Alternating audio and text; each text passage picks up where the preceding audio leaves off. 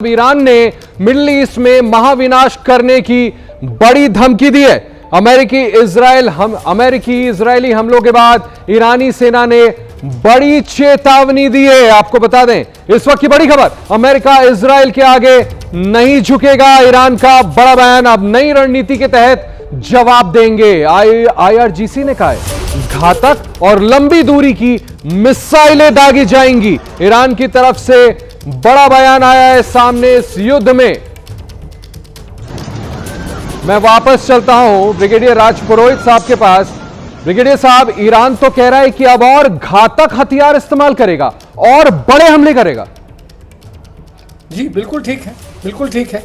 हमें मालूम है कि इजराइल के पास में बैलिस्टिक मिसाइल्स हैं। हमें मालूम है कि उनके पास में लॉन्ग रेंज मिसाइल्स हैं।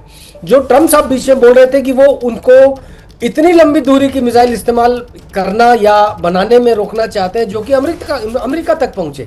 इसका मतलब है 2000-3000 किलोमीटर तक तो वो वॉर करने की मिसाइल रखता है, और जो इसके अंडरग्राउंड स्टोरेज है उनके अंदर है, और जो की संख्या हम पहले 2000-3000। ब्रिगेडियर साहब, ये चेतावनी ईरान ने दी है सर, ये चेतावनी ईरान ने दी। ईरान ने कहा कि अब और घातक हमले करेंगे।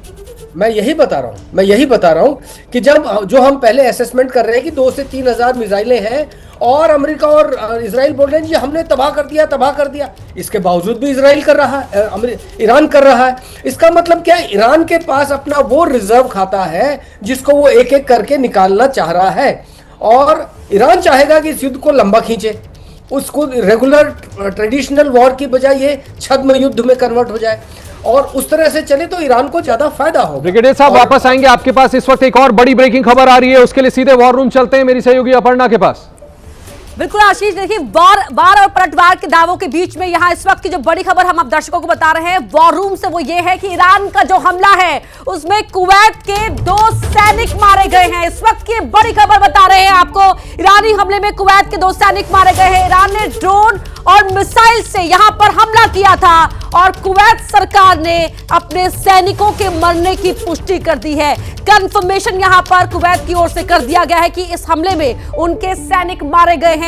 ये बड़ी खबर आपको बता रहे हैं, 2 सैनिक कुवैत के शहीद हुए हैं। ये कुवैत सरकार ने बात की पुष्टि कर दी है। ओवर टू यू आशीष। अपर्णा, बहुत शुक्रिया। मुझे तो लगता है कि जंग के दौरान आपने ये एक और अलग से सबसे बड़ी ब्रेकिंग खबर अभी बताई है।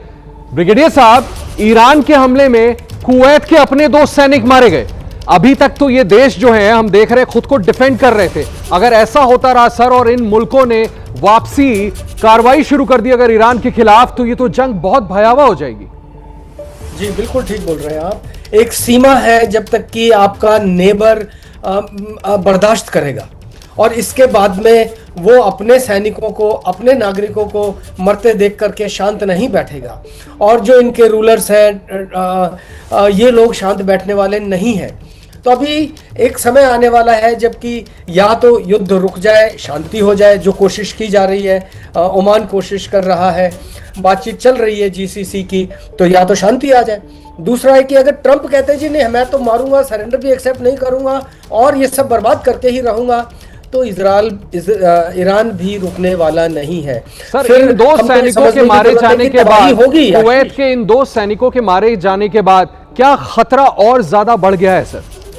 जी बिल्कुल खतरा बढ़ गया है, क्योंकि अभी जो आप ये देखिए कि इतना सब तबाही होने के बावजूद भी ईरान की जो मिसाइल्स हैं वो एक्यूरेट फायर कर रही है। ब्रिगेडियर साहब माफ कीजिएगा, सवाल मेरा था जिसको आप जवाब दे रहे थे। एक बड़ी ब्रेकिंग खबर आ गई, उसको बता के वापस आऊंगा आपके पास। इस वक्त की बड़ी ब्रेकिंग खबर, इजरायल ने गिराई ईरान की बैलिस्टिक मिसाइल। बड़ी खबर है, इजरायल ने ईरान की बैलिस्टिक मिसाइल को गिरा दिया है। इजरायली एयर डिफेंस सिस्टम ने मिसाइल इंटरसेप्ट की। ये देखिए इजरायली एयर डिफेंस सिस्टम ने मिसाइल इंटरसेप्ट किया और उसको मार गिराया। इजराइल के वेस्ट बैंक पर ईरान ने दागी थी ये मिसाइल, जिसको इंटरसेप्ट करके एयर डिफेंस सिस्टम ने यहां पर मार गिराया। ये तस्वीरें, ये एक्सक्लूसिव तस्वीरें एबीपी न्यूज पर आप देख रहे हैं। इजरायली एयर डिफेंस सिस्टम ने इस मिसाइल को गिरा दिया इंटरसेप्ट करके। ये वो तस्वीरें हम आपको दिखा रहे हैं, ईरान की तरफ से दागा गया था और उसको इंटरसेप्ट करके मार गिराया गया।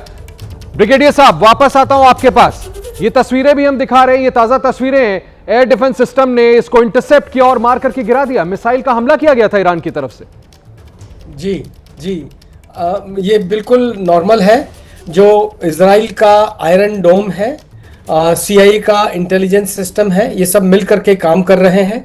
और अब चूंकि ब्रिटेन, फ्रांस और जर्मनी भी आ गए हैं, तो ब्रिटेन का MI5 बहुत स्ट्रांग है। तो ये जितनी भी संस्थाएं मिलकर के काम कर रही हैं, ये इस काबिल है कि ईरान की हर मिसाइल को ट्रैक कर सके। और जो सिस्टम्स इजराइल के पास में है, पैट्रियट मिसाइल्स अमेरिका के पास में है, इनसे उन मिसाइल्स को इंटरसेप्ट करके गिराया जा सकता है। और आपने जो ये तस्वीर दिखाई, ये बहुत क्लियर सबूत है इस बात का कि उन्होंने इंटरसेप्ट मिसाइल का इस्तेमाल करके इस ईरानी मिसाइल को गिराया है। अब कितना % ये गिरा पाते हैं वो देखने वाली बात है कि क्या वो 100% इनको इंटरसेप्ट कर पाते हैं। जैसे ड्रोन्स हैं इनके, शायद 136 है, वो उनका रडार सिग्नेचर ही बहुत कम होता है। इस वक्त एक बड़ी खबर आ रही है ईरान के सुप्रीम लीडर को लेकर के। ईरान के नए सुप्रीम लीडर के ऐलान से जुड़ी बड़ी खबर बता देते हैं आपको। सुरक्षा कारणों से नए सुप्रीम लीडर के नाम के ऐलान में देरी हो रही है। असेंबली ऑफ एक्सपर्ट्स भी ऐलान को लेकर फिलहाल एक मत नहीं है। कल से लगातार यह खबर आ रही थी कि बहुत जल्द नाम का ऐलान कर दिया जाएगा। ब्रिगेडियर साहब, आपने सुनी है खबर, बड़ी खबर, कल से लगातार सुन रहे थे कि थोड़ी देर में नाम का ऐलान कर दिया जाएगा। और अब सुरक्षा कारणों की वजह से, खमेनी को कैसे मारा गया हमने देखा, सुरक्षा कारणों की वजह से जो एक्सपर्ट्स का पैनल है वो अभी एक मत नहीं है नए सुप्रीम लीडर के नाम के ऐलान को लेकर। जी आशीष, आपका असेसमेंट सही है। मैं इसमें 2-3 बातें और ऐड करना चाहूँगा कि पहला तो पिछले साल जब जून का 12 दिन का युद्ध हुआ था, उस समय भी खमेनी को डर था कि उनको मारा जा सकता है। और उन्होंने उस वक्त अपने 3 नुमाइंदे चुने थे कि अगर मेरा खात्मा हो जाता है तो उस वक्त जो प्रेसिडेंट थे वो, और एक हसन खुमैनी और मुस्तफा खुमैनी, ये 3 लोगों के नाम उन्होंने दिए थे कि अगर आ जाते हैं तो इन 3 में से कोई बनेगा। और पिछले प्रेसिडेंट का तो एक चॉपर एक्सीडेंट के अंदर हादसे में मारे गए थे। पर बाकी जो नुमाइंदे वो अभी भी हाजिर हैं।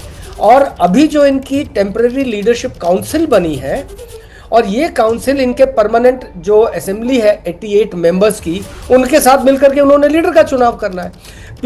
मेरे ख्याल से 3-4 दिन पहले ये न्यूज़ आ भी गई थी कि उन्होंने मुस्तफा को चुना है, लेकिन उसके बाद में न तो मुस्तफा सामने आए, न उनका कोई स्टेटमेंट आया।